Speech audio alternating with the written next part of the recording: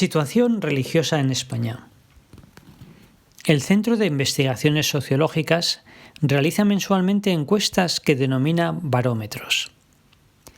En ellas incluye 2 preguntas relativas a la religión.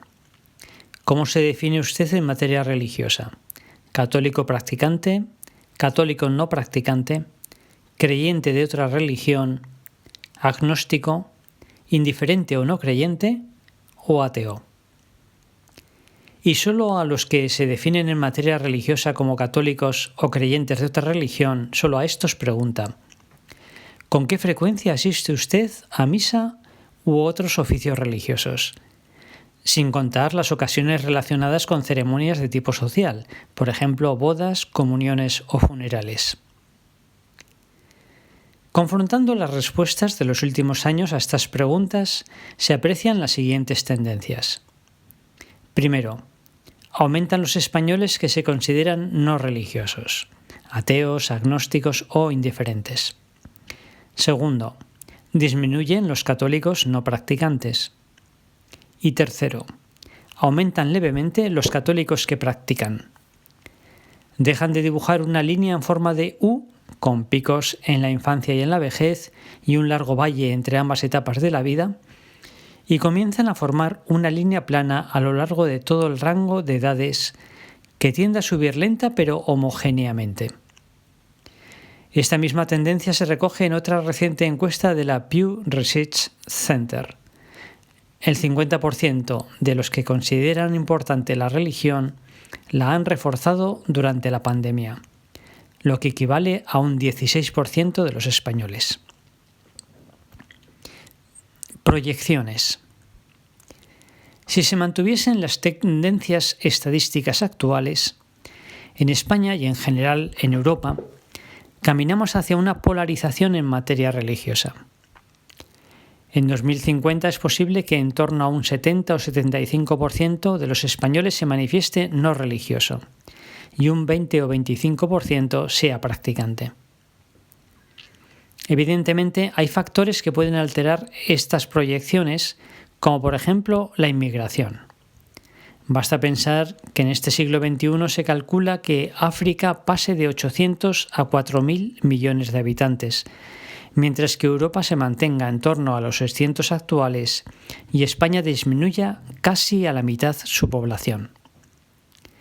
Es conocido el protagonismo que tiene la religiosidad en el continente africano, aunque falta por comprobar su resistencia al individualismo consumista exportado por Occidente. La dictadura del relativismo. Esa situación de minoría practicante tiene aspectos muy positivos para el cristiano, porque nunca la Iglesia ha sido tan independiente del poder secular ni la fe de los creyentes tan fundamentada en la razón y en la experiencia mística. Pero si nos preguntamos cómo será la relación entre esa cultura mayoritaria sin Dios y la minoría de los cristianos, las perspectivas no son tan positivas. El relativismo es negacionista de la metafísica. Bueno significa útil, sin más consideraciones éticas. Esta negación de los principios morales resulta obviamente tentadora. Además, se hace en nombre de la ciencia y de la tolerancia. El relativismo es tan impositivo que se ha calificado de dictadura. Basta pensar en la ingeniería social realizada por el colectivo LGTBI, que impregna las leyes, los programas educativos, los medios de comunicación, la industria del ocio y hasta los contratos mercantiles. La Iglesia, con sus enseñanzas, resulta escandalosamente contracultural. Es acusada de intolerante y oscurantista. Resulta políticamente correcto recrearse en sus incoherencias y silenciar sus virtudes. Se produce un creciente acoso a su libertad de expresión, a su consideración de interés público, a su participación en la vida social o al ejercicio del derecho a la objeción de conciencia por parte de los católicos. Se perfila un futuro martirial para la Iglesia. Aunque en el siglo XXI adopte nuevos procedimientos, el martirio ha acompañado a la Iglesia desde su mismo origen, Jesús de Nazaret. es medio de purificación y de testimonio de la fe. Cuando las palabras han perdido su capacidad de convencer, queda la coherencia y la felicidad. Es probable que la comunidad cristiana se contraiga aún más de lo que actualmente anuncian las encuestas, pero que el testimonio de ese pequeño grupo traiga una nueva primavera cristiana. Como escribía Tertuliano ya en el año 197, la sangre de los mártires es semilla de cristianos. La autofagia del relativismo. Pero el relativismo no solo es intolerante, sino también autodestructivo. El sujeto relativista es experto en salud, tecnología, sexualidad, nutrición, moda, decoración, viajes, hoteles, coches y deportes. Pero ignora el sentido profundo de la realidad, la dimensión moral de la existencia y las relaciones personales fuertes. Es decir, un homo consumens, un hedonista. Los informativos dan cuenta cada día de graves disfunciones sociales causadas por esta cultura. El fracaso del matrimonio y la caída de la natalidad, la violencia doméstica, el fracaso escolar, la indiferencia individualista, la corrupción, la injusticia, la migración masiva, la neurosis, el suicidio. El relativismo genera problemas que es incapaz de resolver porque no reconoce su raíz moral y se limita a aplicar tratamientos sintomáticos. El mismo sistema democrático está en crisis.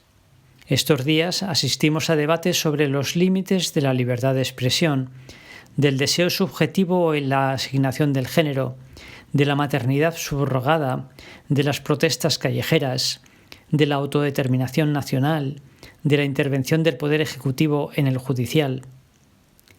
En la raíz de estas tensiones políticas está una antropología materialista.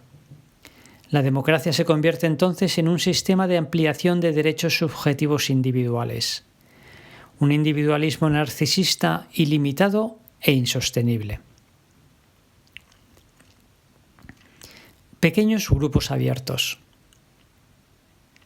Ante esta deriva totalitaria y autodestructiva de la posmodernidad, se plantean a los cristianos diversas opciones. Una, llamada benedictina, aboga por un nuevo inicio a partir de pequeños grupos de creyentes, desde una parroquia a un club literario, que se vayan expandiendo hasta formar una nueva cultura cristiana, como las células forman un tejido. Otra, que se ha denominado gregoriana, es partidaria de que los cristianos formen minorías creativas que participen en los foros públicos de discusión filosófica y política, para aportar la luz de la fe. Otra, que se ha llamado escriba, aboga por la presencia de los cristianos a título personal en las estructuras de la sociedad para revitalizarlas con el espíritu cristiano. Seguramente estas y otras posibles opciones son complementarias. Lo que no cabe es que la Iglesia se convierta en una prolija estructura separada de la gente o un grupo de selectos que se miran a sí mismos, en palabras del Papa Francisco. Al contrario, las minorías cristianas han de estar abiertas a todas las personas y a toda la sociedad. Los cristianos no practicantes también son fieles, y los no religiosos tienen sus dramas, razones y virtudes. Hay mucho que aprender y mucho que intentar ayudar en toda persona. En definitiva, hemos de pasar de una iglesia de mantenimiento limitada a administrar cada domingo una dieta espiritual hipocalórica a una iglesia de discipulado, donde tomemos conciencia de que cristiano es sinónimo de discípulo y de apóstol, con lo que supone de formación intelectual y experiencia espiritual. El canadiense James Mallon, en un libro titulado Una renovación divina, explica cómo ha realizado en sus parroquias esta transformación. Agenda 2050. Como conclusión, quisiera señalar 3 tareas de la Iglesia en el momento actual. una especie de Agenda 2050 para la nueva evangelización impulsada por los últimos papas. A. Un nuevo contrato social. El sistema democrático liberal está en crisis porque ha evolucionado en una tecnocracia al servicio de la ampliación indefinida de derechos subjetivos individuales, un narcisismo intolerante e insostenible. Es preciso restaurar un sistema político que garantice la separación de los poderes legislativo, ejecutivo y judicial, el respeto de las minorías y no solo el gobierno de la mayoría, y la libertad de las conciencias.